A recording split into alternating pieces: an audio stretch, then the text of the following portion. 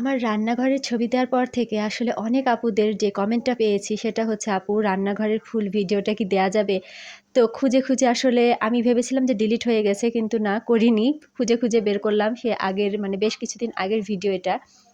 তো এই তো এভাবে সাজিয়েছিলাম। কোনো একটা উপলক্ষ ছিল হয়তো, যে কারণে বেলুন দিয়ে সাজিয়েছিলাম সিম্পল করে। আর এই তো খুবই ছোট্ট একটা রান্নাঘর, যদিও এটা আমার নিজের রান্নাঘর না রে ভাই।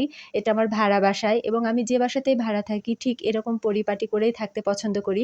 যদিও বাসায় ২ টা আমার ছেলে বাবু, তো ছোটটা তখন তো আরও ছোট। সবচেয়ে যে বেশি কমেন্ট পেয়েছি সেটা হচ্ছে এই শেলফ ক্যাবিনেট বা কিচেন ক্যাবিনেটটা নিয়ে। তো আমি আসলে আপনাদেরকে অ্যাকুরেট দামটা বলতে পারিনি, কারণ আপনাদের ভাইয়া ৩ টা জিনিস নিয়েছিল একসাথে, যে কারণে আসলে দামটা মনে নাই। আর অনেকে অ্যাডজাস্ট ফ্যান, লাইট, চুলা, ফ্রিজ সবকিছুই আসলে দাম জানতে চেয়েছেন।